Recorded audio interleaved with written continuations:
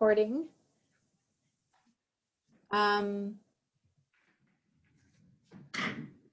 So everybody who's on this webinar, welcome. This is a free special event held by Montreal Centre for Learning Disabilities, MCLD.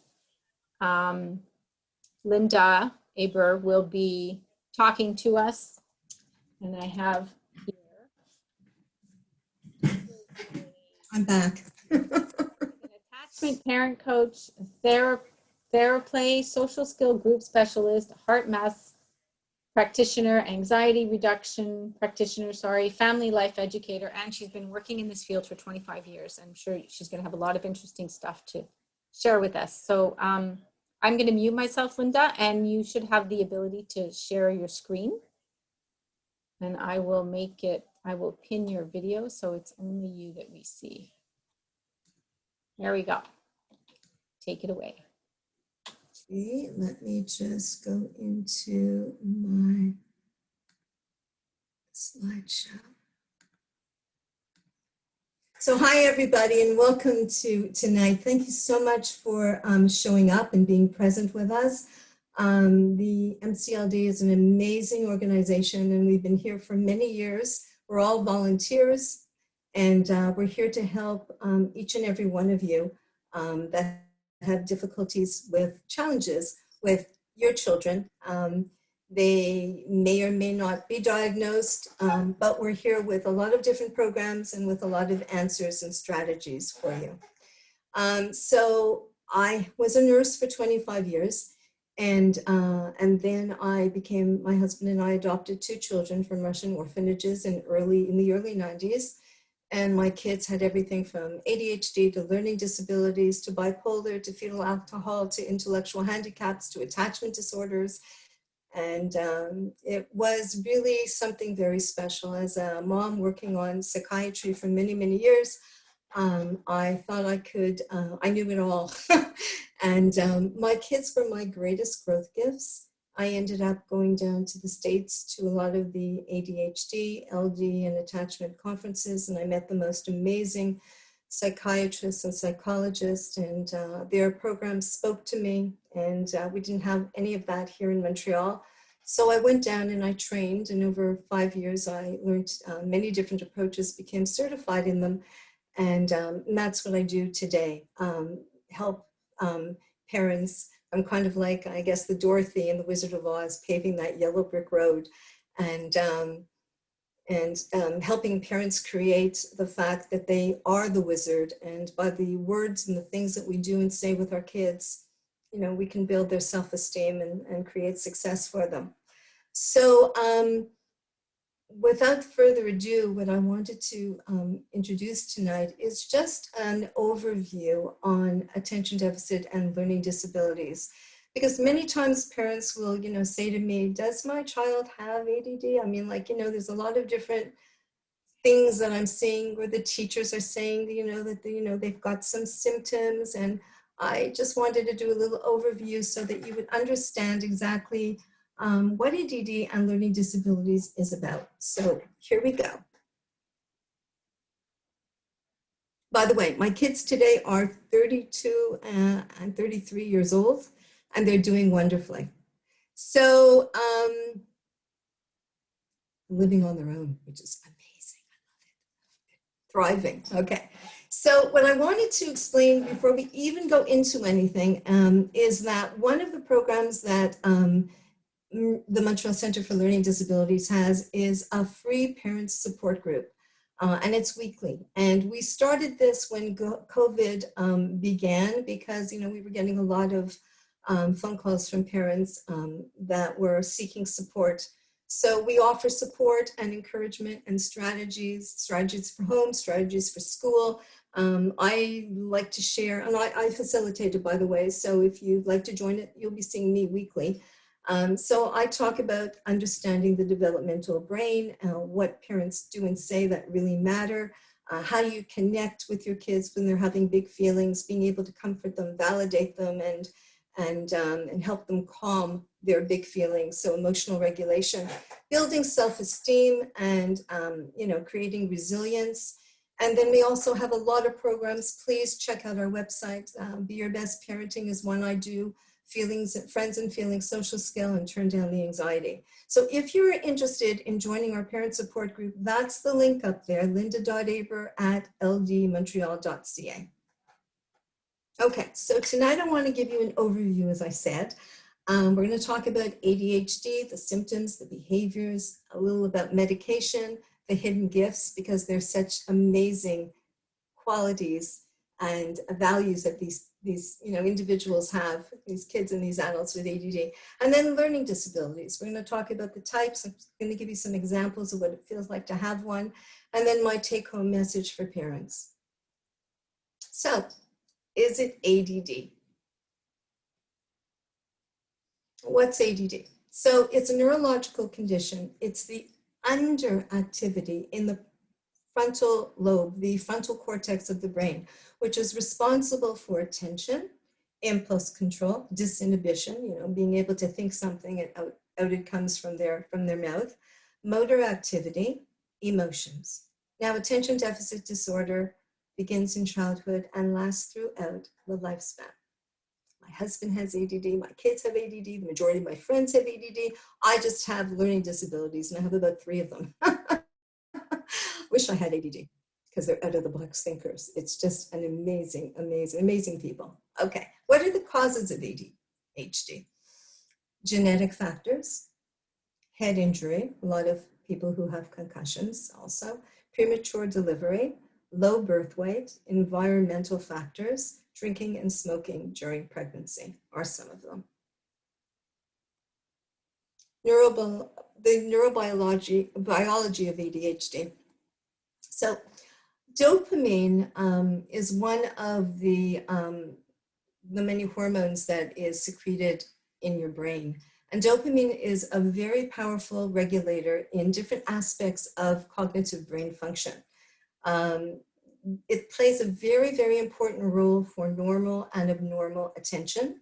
And studies have demonstrated that the decreased dopamine transmission to the frontal cortex attributes to the ADHD symptoms. And according to Dr. Russell Barkley, who's a specialist, he basically says that ADHD is an executive function deficit disorder. I wanted to have you just take a look at this image that I have. When dopamine is secreted into the brain, it fires all the different synapses, and it fires the different neurons and pathways in the brain. When you're not secreting enough dopamine, when there's an underactivity, there isn't as many areas that are fired. And so that's why they're saying that a lot of kids and adults don't have the ability to sustain attention and focus on what they need to do. So if we talk about Russell Barkley, and this is also from Tom Brown, the executive functions are impaired during ADD.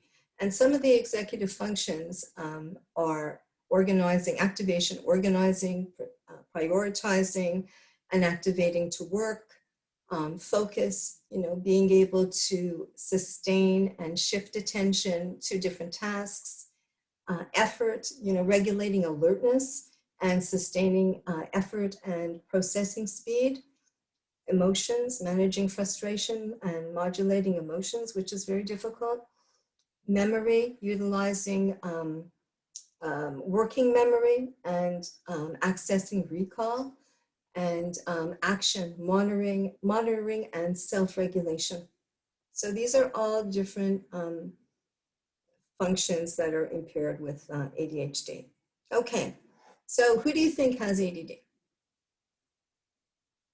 Well, could be that little guy jumping up and down, but maybe it's the bus driver who's an adult with ADD, and he's daydreaming because it's Valentine's Day and he's creating a poem for his wife in his head. So he stops at every stop and ends up bringing the bus back to the terminal, but he takes a look around him and he has all the kids. He forgot to drop the kids out. So, it goes along the lifespan. Some of the symptoms and behaviors are what I want to talk about, and how to detect the early signs of ADHD. And some of the symptoms that you're going to see are impulsivity, inattention, hyperactivity that creates some of the difficulties.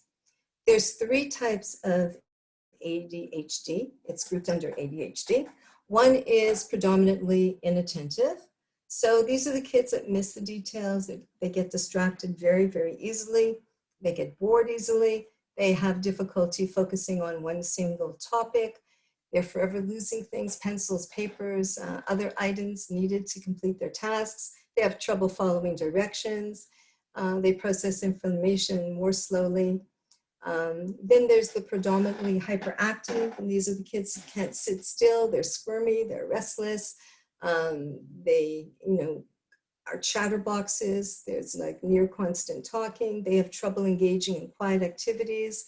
They're impatient. They blurt out answers and interrupt. And then you've got the combo type, where you can experience 6 or more symptoms from the inattentive and the hyperactive. So that's a little bit for you to know. Now, I wanted to talk about the symptoms. I want to break them down. One of the most important symptoms that I want to talk about, let me just move my, if I can move my, okay. One of the most important symptoms I want to talk about, for me at least, because I see it all the time, is inconsistency. One moment your kids are able to do their work, the next moment they can't. One moment they've studied all night for a test. The next morning they're repeating it. 1 and 1 is 2, 2 and 2 is 3. And then by 12 o'clock, when they're in the class and they're having a test, it's all gone. So a lot of people say that these kids are goofing off because one day they have it and the next day they don't. And the inconsistency for me is like 3 clocks that are all in sync. And then any second they can go out of sync, bingo, bingo, bingo. And then they can come back in sync a little while later. That's what the inconsistency is for kids who have ADHD. And they beat themselves up because they really think that, what's wrong with me? I studied so hard. How come I don't remember what I studied? I knew it a few hours ago and it's gone. So just know that inconsistency. And sometimes teachers don't recognize the inconsistency. Sure, you knew the answer. You didn't know the answer yesterday. You knew it today. I knew you were goofing off. So just keep in mind, inconsistency is one of the hallmark symptoms. Distractibility. Well, with distractibility, they have difficulty staying focused. They're easily distracted by noise, by activities, by stimuli. They look at the world through a wide-angle lens. They're unable to filter out the outside stimuli. So if I was a student and a teacher was in front of me teaching me a math problem, and if I didn't have ADHD, I would be able to look at her through a narrow lens, paying attention to her. So the clock might be ticking and people might be in the hallway and someone's rustling paper, but I have the ability to stay focused on the teacher. Here I am with ADD. I have no narrow lens. I have a wide angle lens. So when I need to look at the clock because it's ticking, so I'm looking up. I hear somebody in the hallway, I turn to the hallway. I hear rustling, I turn behind me. As long as I lose focus, I am not learning what the teacher is trying to get in. So for kids who are having difficulty focusing at school, they lose a lot of their teacher learning ability because they're constantly being distracted. They have difficulty following directions. They have difficulty starting tasks, staying on tasks, finishing tasks. They have difficulty getting organized. Many of them have short-term memory problems. And as we said earlier, they're forgetful, they misplace, they lose things, and they're chronically late. If I think about my best friend at my kids' school, it was the janitor, because they used to come home from school and I would have to go back to the school when the school was locked and I had his number. He would open up the door for me and open up the classroom for me to go in and get what I needed for my children. Hyperactivity. Well, these kids are always on the go. They're fidgeting, like the little guy in the little cartoon. They have difficulty staying still. They have difficulty staying seated at school, during mealtime. They have poor self-control, self-regulation, they talk excessively, disinhibition. In other words, OTM, whatever's on their mind comes out of their mouth. And my son used to embarrass me whenever we would go somewhere. I remember I was once in the elevator and this huge woman walked into the elevator and I saw him looking at her up and down with his mouth open. And I'm thinking to myself, please God, don't let him say anything.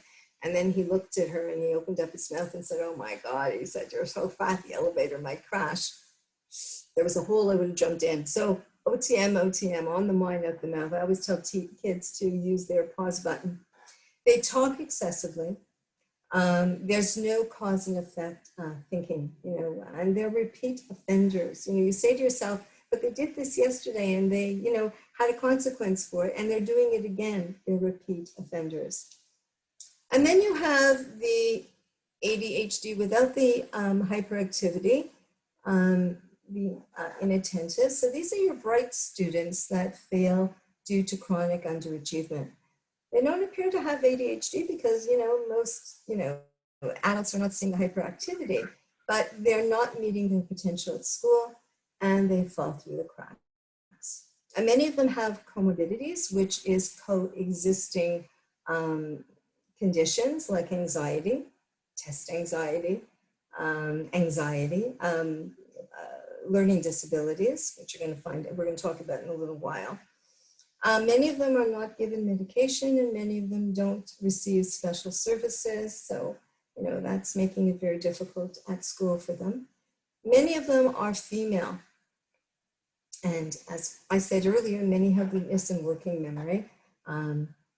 They appear to be unmotivated, tired during the day, daydreamers. They're the little girls that sit there, twirling their hair and looking out the window. And they strain to do their homework. It's really difficult, their homework comes in incomplete. And a lot of these kids will tell you as they're doing their homework that they really have bad headaches. It's very difficult for them. Impulsivity. So with impulsivity, these are the ready, fire, aim kids. It's a little backwards. They act before they think. They have difficulty waiting their turn. They interrupt. They, have difficulty waiting until a question is being finished before answering. They blurt out things. They talk over people. They're moment thinkers. They're not being rude. Whatever comes into their mind in that moment, they got to say it. Why? Because working memory, it's gone. They have trouble regulating their own behavior. They don't even understand how their behavior impacts on other people. And they rush through tasks. It's that Dennis the Menace motto. If I can't do it right, I might as well do it fast. And they have difficulty delaying gratification. So, as I said, they can't wait. They need immediate gratification. And a lot of them will have like addictive behaviors. I remember watching a show many years ago where they were showing some research, I think it was 2020, they were showing research about a marshmallow experiment where they took these very young kids and they brought them one by one into this lab and they sat them there with a plate and a marshmallow, one marshmallow. And the facilitator came in and said, I'm going to leave the room and if I come back in like 1 minute and the marshmallow has not been eaten, I'm going to give you 2 marshmallows. And so he left the room and the camera rolled. So you saw this kid pick up the marshmallow, one little kid, they showed different children. One little kid picked it up, gave it a lick and put it down. Another one picked it up, put it in their mouth, around in the mouth, spit it out. Another kid bit the bottom of the marshmallow and put it down. Another kid just ate the whole marshmallow. And basically what they said from doing this experiment was when kids are able to delay gratification, that shows how they will be more successful in life. So what I started doing with my kids when they were very, very young is I gave them chocolate chip cookies. And I told them that the chocolate chips were the most delicious part, best part of the cookie. So I had them take out the chocolate chips and they would eat the cookie and leave the chocolate chips till later. Well, that translated into chocolate chips, chocolate cake, where they would take out the icing. but it was a way for me to have fun, be playful, and teach them to delay gratification. And we all got fat. Emotional challenges. So they have low tolerance to frustration.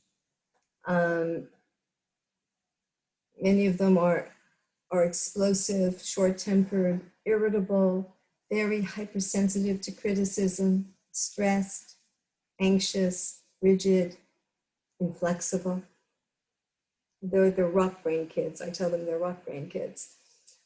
There's also, and this is important for you to understand, there's also, whoops, what did I do? I don't know what happened to my screen. Okay. Whoop. Okay. There's also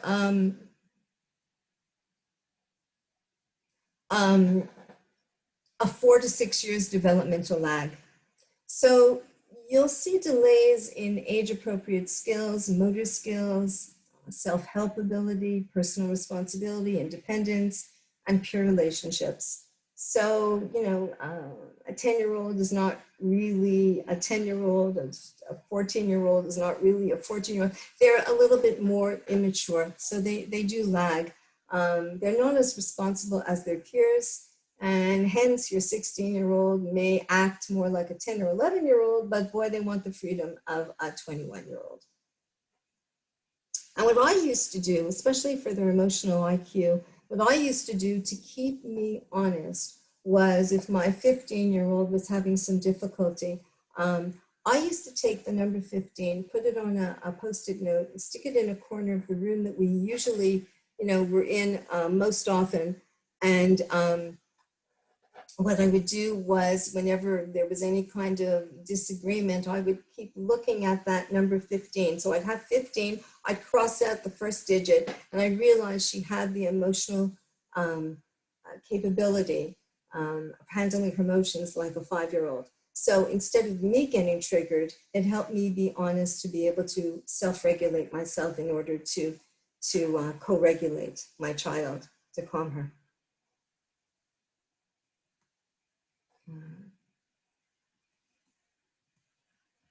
I don't know what's happening, but my screen is, okay, there. Yeah, okay, got stuck, sorry. Technical or not. Okay, coexisting conditions. So you can have attention deficit disorder with different coexisting conditions. One of them is learning disabilities, and there's a very high percentage of learning disabilities.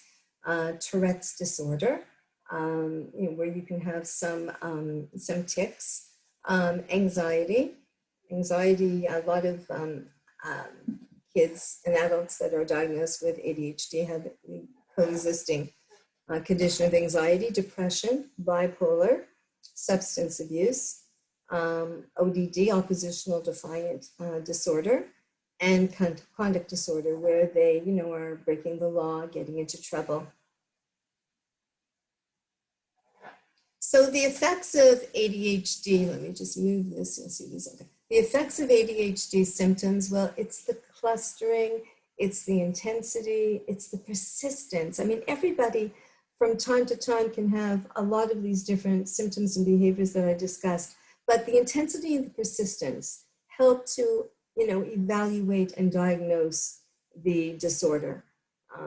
You know, the environment has a lot of demands on a lot of our kids, where they have to sit still, pay attention, control themselves, finish tasks. But when these symptoms are impacting on their life, then it's time to seek an assessment and treatment. And the assessment is done by a psychologist or a neuropsychologist, and it's done over a few days of testing. And then once the diagnosis is made, there's a treatment plan, and the assessment will have a list of suggestions, modifications, strategies for parents and for teachers. So it's important to ask for an IEP, which is an individual educational plan at school, where you can put together accommodations and modifications for their schoolwork. It'll have parenting strategies, and it may even require you to seek additional assessments, i.e. if there's a speech-language problem, it would be a speech-language pathologist, or an OT if they have some sensory issues. So the assessment is key. It's early intervention is so important. But you can question all you want. You will never have the answers until you have your child assessed. And that's where you work from that. And then the second part after the assessment is your doctor's visit, going to your pediatrician to inform them about the fact that, your child has been assessed, and many of them will even write the requisition for you to go and get assessed. And then to have a talk about the need for medication if the child is having difficulty at school. It's important to be able to work together as a team to find the right medication and the right dosage. And I cannot stress this enough.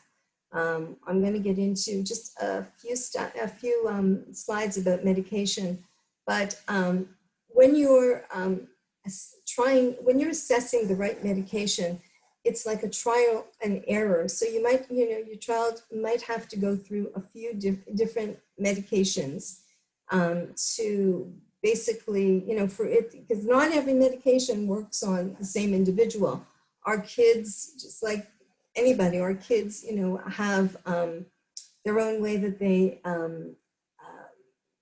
manage medication.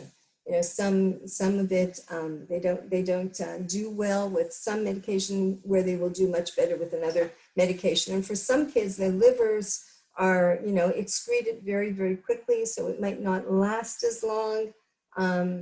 And just like people can't, take certain things like Gravol, everybody has a different way with medication. So it's important to be able, whenever your doctor is going to try a medication, and I always tell parents to ask for the lowest dosage.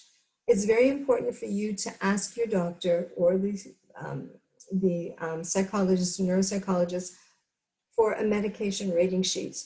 And that way you're able to journal daily whether or not you see positive or negative results. That becomes very important feedback. I normally give it to parents and ask them to do a 2-week from Monday to Friday. Give it to the teacher because, when you're giving the medication in the morning, the teacher is the person who's seeing the child. So it's just a matter of ticking off whether or not they saw some negative results, if there were any kind of issues with a headache or stomach ache, or whether they saw positive results, and you can stop at that level of medication. You don't have to increase the dosage. So this is important feedback for your doctor. And part of the treatment plan is what we call the multimodal treatment plan that was put together by Dr. Lily Heckman at the Montreal Children's Hospital.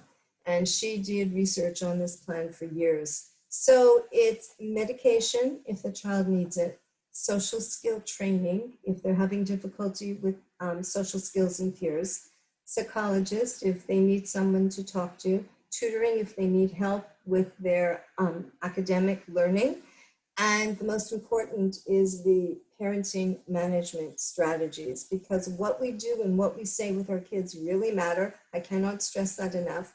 And it's so important to be empowered with knowledge and strategies and tools and skills to help them create success.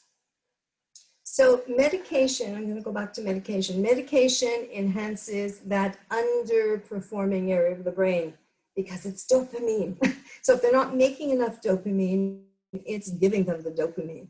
And it activates their brain to be at a proper level. It's like putting glasses on the brain.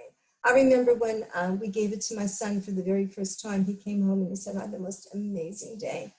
And he said to me, please, he said, can I have it again tomorrow? He saw the difference. And usually kids will tell you that, if you say to them, how was your day? They'll say, well, nobody yelled at me today, or people played with me today. Young kids will tell you something like that. The adult ADD groups that I do, the adults tell me that, they've been able to see incredible differences on and off medication.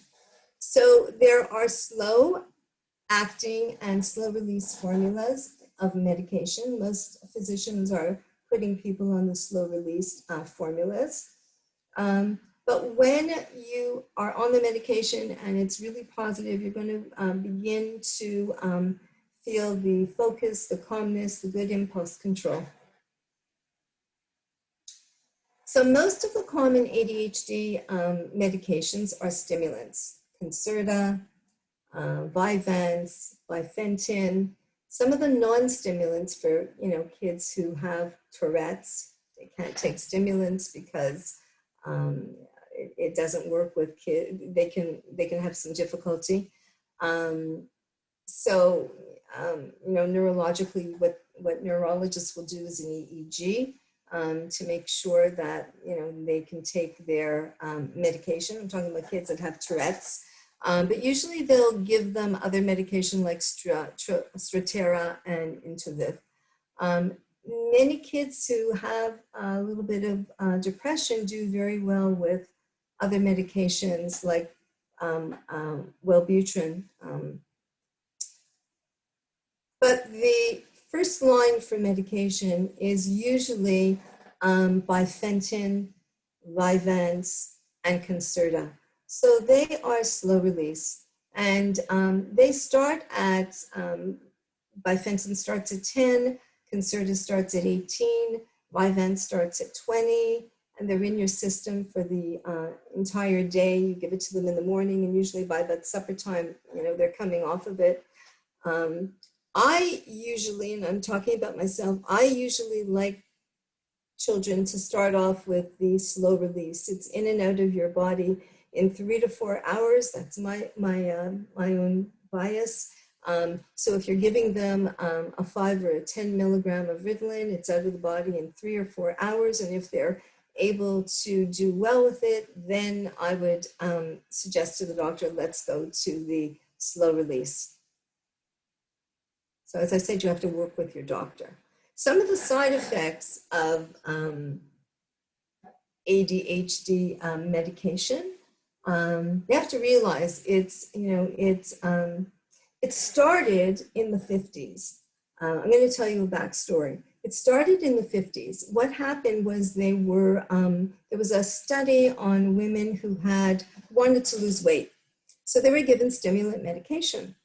And they all lost weight, but one of the side effects, one of the perks out of losing weight was they all said they were able to focus so much better. That was the birth of stimulant medication.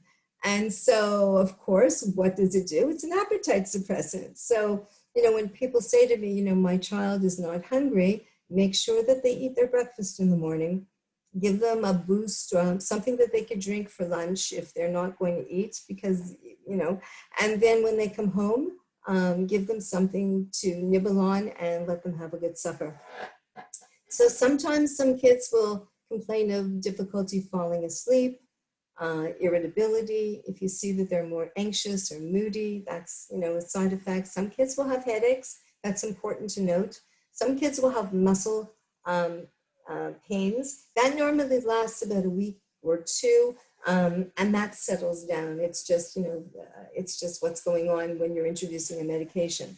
But if they have the nausea, the dizziness, the irritability, the bad insomnia, some of them can start to have tics. It doesn't give you tics, but if you're predisposed to Tourette's, you can start having some tics, and of course some dry mouth. A dry mouth. These are some of the side effects.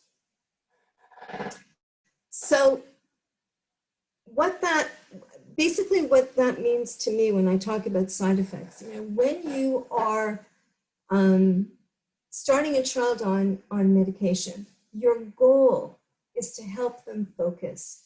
Your goal is to improve the schoolworks, their relationships, decrease their family relationships, the rigidity, reduce the impulsivity, the aggression, the disruptions, the non-compliance that might happen at home. And so that's the wonderful thing about medication at the right dose. If it's the wrong dose or even the wrong medication, it's wrong. It could be even the right medication at the wrong dose and it's wrong. So it's very important to do that journaling, as I told you, and start off small, and because you want to be able to achieve a positive result. The negative result, you have to be able to call your doctor, see your doctor, work with your doctor to either change the medication or titrate the dose. And remember that ADHD medication alone is not a complete solution. A pill does not replace a skill. And then, of course, I wanted to talk about, having ADD is an amazing, amazing advantage. I don't know if any of you have ever read any of the work by Dr. Edward Hallowell. He's written many books, Delivered from Distraction, When You Worry About the Child You Love, Super Parenting. And what I love about him, he basically self-diagnosed himself in Harvard in his, I think, third year residency as having attention deficit disorder and dyslexia. And he is a genius. He's written so many books, and we've brought him into Montreal. I've seen him in Montreal a few times where he's just been so empowering. And it's very interesting to watch him when he lectures because he's walking back and forth on the stage. And he has kids that have ADD, and he has the Hallowell clinics all over the States. Anyway, in one of his books, what I really loved was he talked about how to reframe the symptoms into positivity, because we wanted to have a more accurate description of your child rather than just focusing on the problematic part of your child. So some of the negative traits associated with ADD, he flips it into positive mirror traits. So distractible is really being curious. And impulsive is being very creative. I mean, if you think about great scientists and inventors, some of their greatest mistakes have been their creative successes. Hyperactivity and restlessness, well, he views it as being energetic, and intrusive is being eager. And can't stay on point. Well, they see connections that other people don't see. They're global thinkers.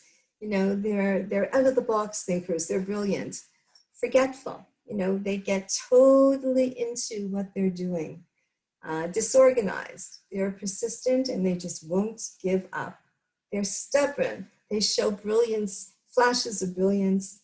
They're moody. They're just very sensitive. They wear their emotions on their sleeve. You always know how they're feeling.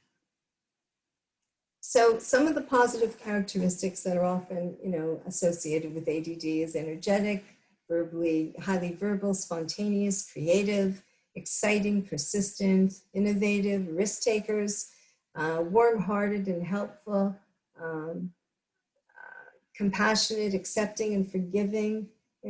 These kids are amazing souls. I mean, they forgive so many people around them. There's so many people who say, well, you made a mistake. You made so many mistakes. And so when somebody makes a mistake, they're the first one to forgive. They're good-hearted, they're humorous. My son used to, still does, make me laugh. You know what I used to do that I'm going to invite you guys to do? I have so many stories that I can share. I put together a journal, and I used to write down all the things that my children used to do, especially my son. My children used to do ADD, bipolar, you name it, learning disabilities, he had everything. And so he was a handful, and I would journal all the special things that he would say that would make me smile, brighten my day, give me a chuckle. And one day I was having a particularly difficult morning with him. And I was in the washroom and I was just like fixing myself up, and he came in and he told me a joke, and I started to laugh. And he looked at me and he said to me, and he was young, he said to me, "You see, Mommy, that's why you have me. I make you laugh all the time." And I went and I wrote it in my journal. So whenever you have a difficult moment, if you have that journal, and you opened it up, there's precious nuggets that you can look at, memories and all kinds of, whimsical things that your kids have said. And that also helps to keep you honest and keep you on track. So I'm going to invite you to do that. I'd like to talk a little bit about learning disabilities. And as Rick Lavoie, who is a top educator in learning disabilities, says, the real challenge is educating those who don't have one. I have to tell you that I have learning disabilities, and I've had them for many years. I struggled in school. I went back to university in my 40s when I had my kids. I would put them to sleep and I would go and take classes at night. And it was very, very difficult to get through all the different work that I had to do and remembering things. I did a lot of mnemonics to be able to get stuff in my head. But I always tell kids, never give up, because with the hours and the days that I had to put into that most kids didn't have to put into, that I met in class, I ended up being valedictorian. It has nothing to do with intelligence. Learning disabilities is the way that we process information. So the pervasive nature of learning disabilities, let me just move my screen. Whoop. I guess I could do it with my cursor. Nope, I'm going to go back. All right, so it impacts upon every waking moment of the child's day. And it's a hidden handicap. You can't really see people with learning disabilities. It's not like carrying a cast and knowing that they have a physical ailment. So children with LD appear to be like their neurotypical peers until they have to do some work. And it's usually seen, at school and even picked up when they're very young with trying to cut with scissors. So what it is it's a processing problem. And something is happening in the brain that affects the ability to record, organize, store, and produce information. So let's say a Beatles song, I'm aging myself, a Beatles song is playing on the radio and you're hearing it. So your brain is processing it. It's recording the song. It's organizing the song. Oh, Help. I remember that song, Help. They did it in 1960, whatever. It's storing the information, all the stuff that you remember about the song. And then producing the information would be either singing the song, playing an instrument with the song. So those are the four, just breaking it down, just simplistically, your brain is processing the information. And I basically went through that. So it's your input, how it's recorded, your integration, how it's organized and understood, memory, how it's stored, and output, how it's then communicated to people and to the environment. So children have a range of symptoms, that they have difficulty with. So some kids will have difficulty with reading, math, that's me, math, spelling is difficult for me. You might see some misspelling in my words, spoken language, written language, inattention, hyperactivity, perceptual coordination, memory, poor test performance, reversal of reading and writing, low tolerance to frustration, over distractibility, easily confused by instructions. Some kids, need to have instructions read to them. They have a difficult time with understanding reading or even, the comprehension, developmental lags, and even difficulty with time. And so types of LD, so with writing, it's called dysgraphia. With math, it's dyscalculia. With word retrieval, it's dysnomia. It's the tip of the tongue words that, you know the word, but it's, you can't, that happens anyway as you get older. But when this happens repeatedly, frequently with kids, it's very difficult for them. Dyspraxia with motor skills, fine motor skills like handwriting, gross motor skills, large muscles, playing with a ball, riding a bicycle, executive function, memory, planning, organizing, visual and auditory processing, language-based, receptive, and expressive, so hearing and speaking, language-based disabilities.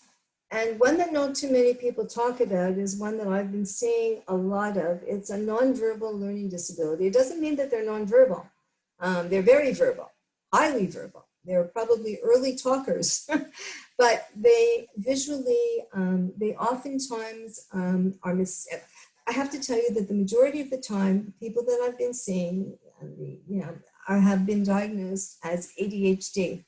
And once they go and get reassessed and they look at, because if medication is not helping them and a lot of strategies aren't helping them and they're being reassessed, they're really in a NVLD rather than learning disability, rather than ADHD. So it's really important to be able to go to somebody who understands a nonverbal learning disability to be assessed. So these people are missing the big picture. They're very, very literal. They definitely have anxiety. They have difficulty with math. They have difficulty with word problems. They're very, very talkative. So making the LD diagnosis, well, testing by professionals, by the psychologist or the neuropsychologist, what they're going to look at is a combination of your child's strengths and weaknesses. And when there's a significant gap between the IQ and the academic achievement, not due to emotional disturbance or intellectual handicap or even, sensory impairment, that's when they can piece together by all the different testing that they do, what learning disability the child may have. Now, I mentioned Rick Lavoie earlier, and MCLD brought him into town about probably 2 years ago. He is absolutely amazing. I would invite you guys to go on YouTube and take a look at some of his videos. Just look up Rick Lavoie. And I have to tell you, his first video was done in the 80s, and it was groundbreaking for people to understand learning disabilities. So it's called Fat City, and it stands for frustration, anxiety, and tension. So he is an author, and he's written, let me see, It's So Much Work to Be Your Friend. And he's put out DVDs like Last One Picked, First One Picked On. In our parent support group, I'm going to be showing a lot of his DVDs and have discussions about it. So you're welcome to join us. But he's a special education consultant. He was a principal at a residential school. And he did Fat City, as I said, back in the 80s, where he assembled special educators, psychologists, school teachers, principals, social workers, parents, siblings, and teachers of kids that had learning disabilities. And what he did was he created an environment where he did an experiential workshop, which allowed them to experience having LDs. So I linked the YouTube to it. The first time that I saw this film, I cried my eyes out because I finally understood what it felt like to be in my kid's body. I mean, I knew for myself how I felt with LDs, but for me to be able to go one step further and experience it from my child's point of view. Remember, I don't know if I told you, but I had adopted 2 children in the early 90s from Russian orphanages that had a lot of difficulties and missteps. So being able to understand what was going on for them really helped me with this film. So some kids have difficulty with reading and decoding. And some children with learning disabilities are often dyslexic and they can't decode information as quickly as others can. They have difficulty with comprehension. They have difficulty, putting together the phonemes. So, we teach kids at home that a watch is a watch. If you turn it in every different, position, it's still a watch, but you turn a B upside down or sideways and it becomes a different letter. So this is an example from Fat City that shows you how difficult it is You know, if you're the only kid in the class who has difficulty reading, you know, you're not seeing your page like everybody else. So if I was asking you to read this, people would probably say, come on, said, it's hard to read it. So if I had a few of you try to read it, a lot of you would be struggling. And, you know, if you were the only kid in the classroom who had difficulty, it's one thing. I mean, if everyone in the classroom had difficulty, it's one thing. But if you're the only kid and people have to wait for you and you're basically stammering and trying to make sense of the sentence, it's really difficult. So come on, said Betsy, we have to pick up this corn. We don't have another can of corn. Are we going to eat the corn that's been on the floor, asked Susan. We can wash it, Betsy answered. That's a good idea, said Susan. The children went to work. They took a long time to pick up the popcorn, and Betsy put the corn in 2 big pans to put in the oven.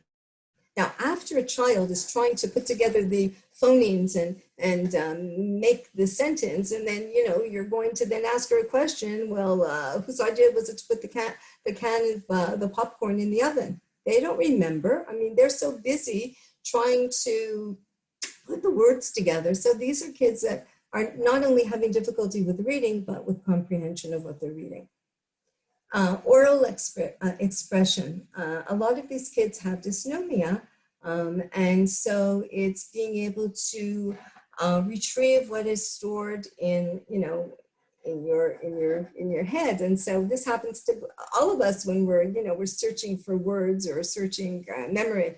But if you do a round robin story, you know, today I went to the beach, it was a beautiful day at the beach, somebody else says, and the third person says, and Tom and Mary were, you know, playing in the sand. It's very easy to be able to tell the story that way. You can think, you can chew gum, and you can say your sentence. But to feel like you have dysnomia, if you give yourself another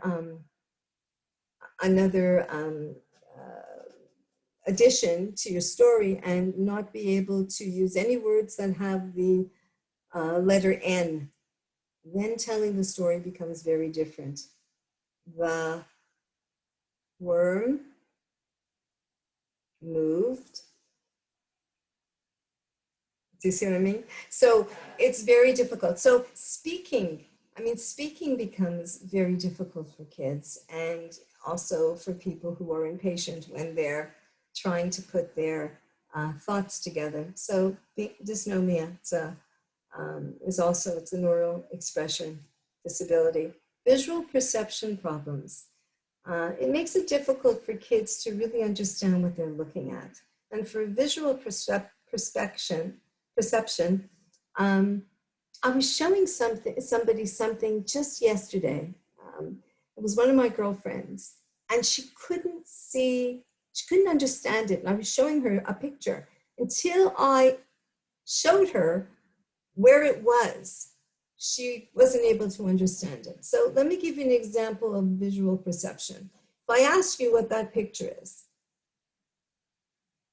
many of you are going to look at it, you're going to see the white, you're going to see the black shadows. You might even see what it really is because you're seeing it on Zoom. You're not seeing it far away where I'm just holding a book in front of you. So for those of you who really don't know what it is, the only way you're going to know about it, and that's why an LD kid really needs a teacher and really needs a mom to be able to teach them, is to guide them. So if I outline it for you, you'll see that that was the face of a cow. And now if I flip it back, you will see the face of the cow. You weren't able to see it before, but you could see it now. So visual processing. A lot of these kids will see the figure, the white vase, and the background, which are the 2 faces, the profile of the people. And I can focus on one figure. You tell me to focus on the white vase, I can do that. The 2 faces, I can. Most kids are going to be focusing through, the figure and the background. Brought home very significantly to me. It was the first day of school. I think it was grade 2. And CTV had gone to do an interview at my child's school, and they asked him what his first day of school was like, and he came home and he said, Mommy, I'm going to be on, when I picked him up here, I'm going to be on television. And I said, oh, that's wonderful. And we sat and we watched TV, and it was only like a couple of minutes, that they showed him. And he said, there I am. I didn't see him. We had to play that tape 5 times. And we were right in the corner, right on top. And how did he see me? I don't know, because I wasn't looking there, but he was like, he's that out of the box thinker. He has eagle eyes. He looked everywhere. He saw himself. And so, figure and ground. The effect of visual perception on behavior. Well, sometimes our kids get into trouble and they don't even know what they did wrong. So sometimes they, whoops, did you see? Sorry. It's misperceptions about the visual stimuli that can lead a child to give incorrect answers. My kids always would get into stuff and they did not understand the mistake that they made. Here's an example. If I was a teacher and I told you I wanted to, now sit back a little bit, I want you to get the full view of this. If I told you that I wanted you to write a composition and give me the title for a composition, you might look at it and you might give me answers like skull, death stalker, skeleton, but the teacher, bringing a picture closer to you, could tell you that this is a beautiful picture and it's called Vanity. And it's about this woman who's getting ready to go out and she's looking in the mirror, putting on her makeup and her perfume. So a teacher can get very upset. What do you mean, skull or death stalker? So you're going to see when you see Fat City how Rick LaVoy handles that. But they don't realize what they do wrong. And the teacher can get very angry when they hear answers like that, when it's really, misperception of the picture. Auditory and visual capabilities. Many of our kids need to hear the written passage orally said to them before they can understand it. And many will benefit from people reading questions to them during exams or having books on tape. And here's an example. So we all know these words. You know what a graft is. You know what between means. You know what a point is. You know what relationship is. You know what a table is. So these are all words that we can agree we understand. But if I put them together in a little paragraph, if the known relation between the variables consists of a table of corresponding values, the graph consists only of the corresponding set of isolated points. And if the variables are known to vary continuously, one often draws a curve to show the variation, right? It's hard to understand unless you are a math major, then it makes sense. So you can understand each of these words by themselves, but if you put it together, you can understand. And this is something else that was taken out of Fat City. Rick LaVoy reads this passage, and you see him in the back. Last Cerny, Klingeldorf and Prieden were in the nerdlink, treppering groupie cabbles, and clamoring burly graps. Suddenly, a ditty swirzel boofed into Fiegeldorn's trusk. Prieben glaped and glaped. Oh, Fiegeldorn, he chifed. That ditty streusel is turning in your grup. So if I ask you a question, everybody, when did this story occur? Last Cerny. Who were in the nerdlings? Klingeldorf and Prieben. I'm going to pronounce it all wrong. What were they cleaning? What were they? Who appeared? A ditty Scourgel. And what did he do? He boofed into Klingeldorf's trap. And that stuff is like probably miserable to get out. In other words, you didn't understand one word if, we put them separately, but when you heard me, when your auditory was able to get those words, in the way that I said it, you heard it, you were able to make sense. So auditory. So making accommodations is so important when your child has been diagnosed with any learning disability and attention deficit disorder. And, we have to ensure the success of our kids, and it's necessary to be able to modify the curriculum and adjust the academic demands. And that's why it's very important to be able to ask for, request from the school an individual educational plan. And it's a written plan that is signed by the principal, the teacher, you, and the child. It's to be gone over at every report card time to see whether or not the objectives are met, or if they have to change the plan, or they have to change the teaching method. Mark has to learn the 2 times tables, and this is what we're going to be using to teach in the 2 times tables, and mom can help at home by doing X, Y, and Z. So it's really important to be able to receive one. Kids will be allowed to maybe reduce their workload, have extra time on tests, because, kids with learning disabilities, when they're reading a question, they're really, going through the question to understand the question. Who wrote Huckleberry Finn? Who wrote? Okay, he's an author. Huckleberry, oh yeah, I remember that story. It was that guy with the, so everybody else is like finished and ready to go out for recess, but this kid is decoding the question and then writing the answer. And so, they need extra time on their tests. So an IEP is full of strategies, accommodations, and modifications, not only for the academic, but for behavioral difficulties that the teacher might be experiencing. So my take-home message for parents is early intervention is key. Key if you suspect attention deficit disorder or learning disabilities. It's your very first step.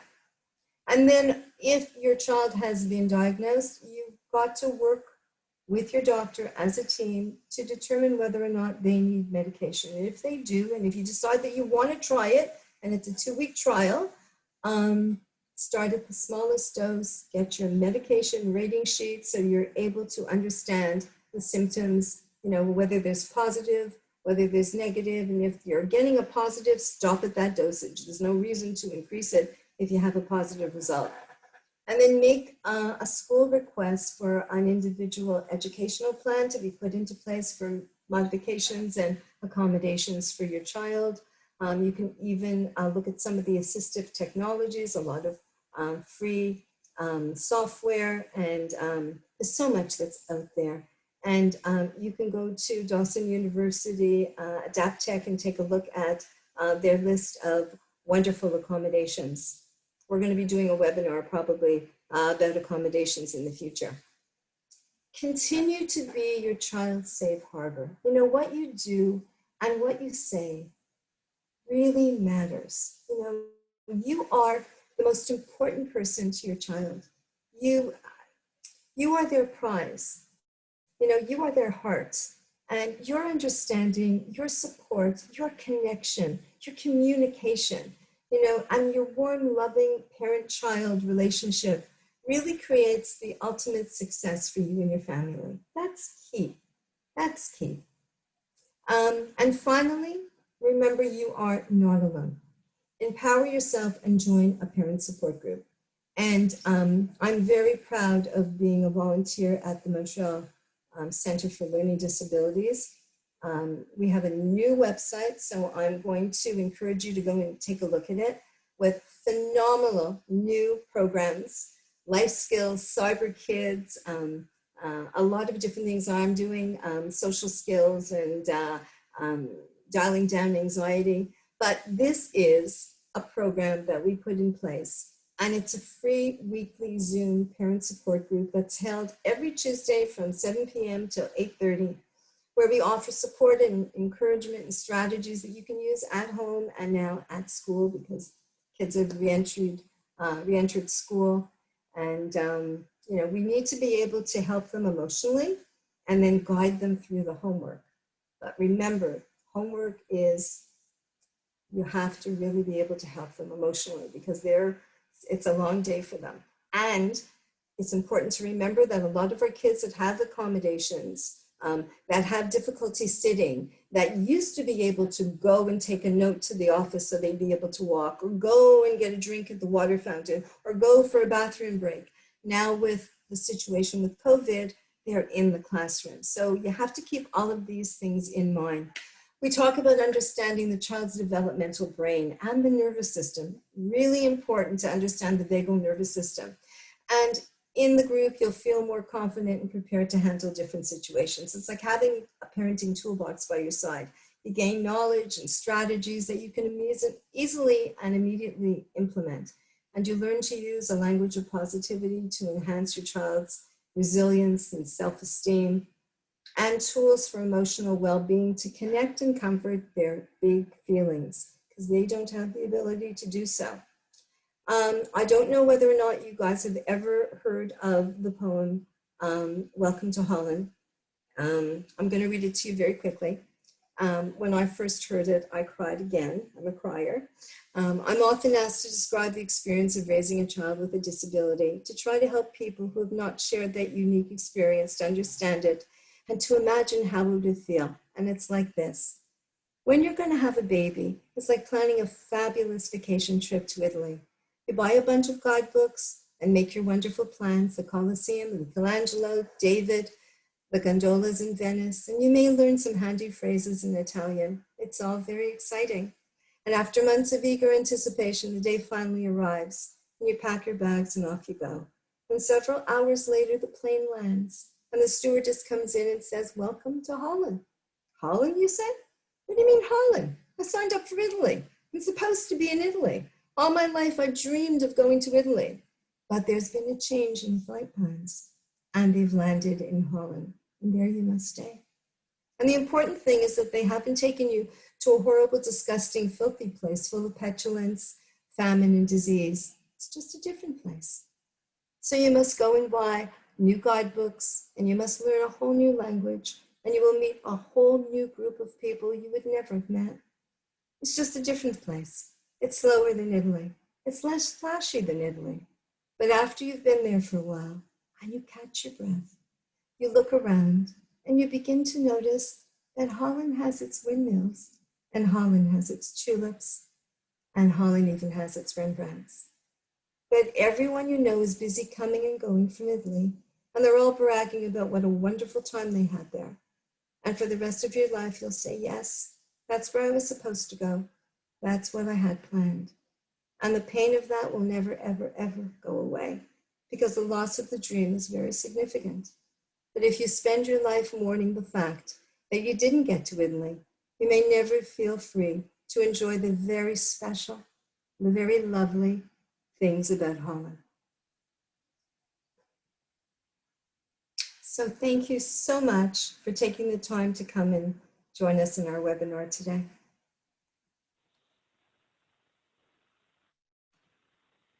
Thank you, Linda. That was great. The floor, I guess, is open. You can send me a chat of a question. I know there was one question already about whether or not you will be sending the PowerPoint and making it available for people. No, no, the PowerPoint is going to be on the website for MCLD. So you can definitely go and see it there. All of our webinars are going to be there, and they're phenomenal webinars. So please go take a look. Yeah, I know this webinar is being recorded as well, and this will be sent out so the people can see the PowerPoint there. I don't see any other questions. We'll just wait a little bit. Oh, how would you tell your child he or she has ADHD so they can understand their challenges a bit? So one of the analogies, I mean, I've been doing it for years. I like to use Dr. Hallowell's analogy. He talks about having a racing car brain, a supercharged, beautiful racing car for a brain. Like everybody has a different brain. Nobody has the same brain, but people with ADD have gorgeous sports car brains. They're very fast, but they have some difficulty with the brakes. And so that's why we have to learn strategies, techniques to be able to help us with the brakes. And they're global thinkers. I always tell kids that they're out of the box thinkers. They're brilliant. And they are. They're brilliant. They see things and feel things that other people don't. So, you know, empower them, build them up, make them special, because attention deficit disorder there's nothing negative about it. There's so many hidden gifts in having it. And I think that when we rephrase, you know, when we take a look at the mirror traits, instead of thinking about the negative behaviors, if we flip it and talk about it as positivity and having strategies to help us move forward as kids, as adolescents, as young adults, and as adults, that's where we thrive. Thank you. Also, too, you had mentioned that you have the parent support group, and you probably give a lot of golden nuggets out during that as well. Are you okay if I put your email address at the bottom? Absolutely, definitely. I'll just put it in the chat there so everybody who needs it. So in our parent support group, there's always different topics. And usually it's the members themselves that will tell me, you know, what they would love to talk about. And some people will say, let's talk about school issues, or let's talk about raising self-esteem, or what do I do when my child has a meltdown, or what do I do about sibling rivalry? And so, you know, we go into all of that. I show a lot of DVDs also, and we just have a really good time. Good. I'm just typing up your email now. I don't see any other questions. No, we still have 11 attendees right now. I wish I could Today see is the Zoom meeting. Yeah, the Zoom meeting they're held every Tuesday night. What time? 7 or 7:30? I can't remember. 7 to 8:30 every Tuesday. And if you email me, I will send you the link. If you need to call me, you can call me. You can put my phone number down. Yep. So I just sent out the email. The email address is linda.aber, A-B-E-R, @ldmontreal.ca. And anybody is welcome to use it. I can probably, I'm going to see, I can allow everyone to talk so they can just ask their own questions. Let me just do all of that. Pam raised her hand, I see. Pammy. Yeah, I see that. Hang on.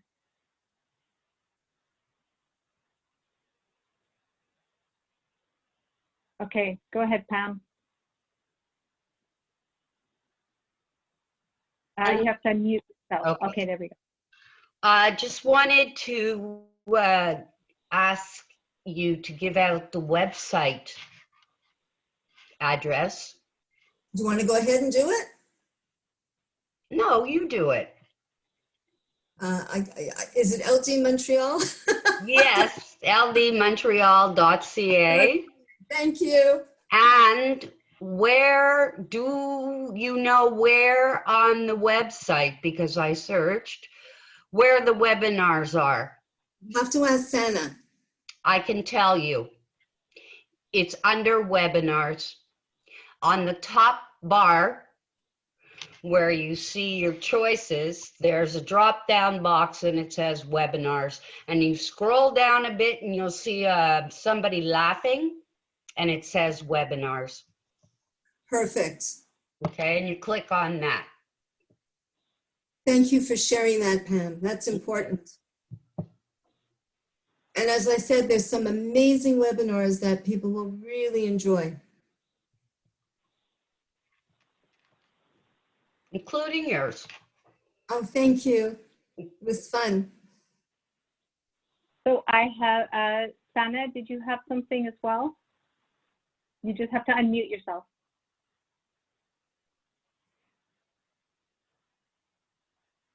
Am I unmuted? Yep. Yeah. All right. Thank you, first of all, to, if no one is asking questions at this moment in time. No, Alice has her hand up, but that's all the questions for now. Okay, I really want to thank Linda tonight for this webinar. I really appreciate how you simplified even though it's quite complex, but simplified LD and ADHD. And I'm very appreciative for you doing so. You're welcome.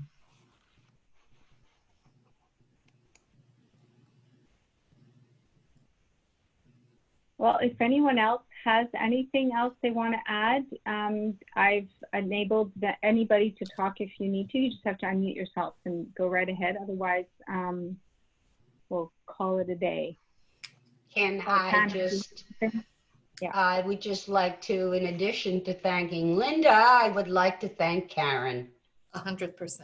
Absolutely. Thank you, Karen, for carrying off the webinar for us. Hooray. Good You're job. amazing. It was very interesting. I'm glad I got to hear everything. Okay, I'm leaving. Good night. Good night, I everyone. adjourn as usual.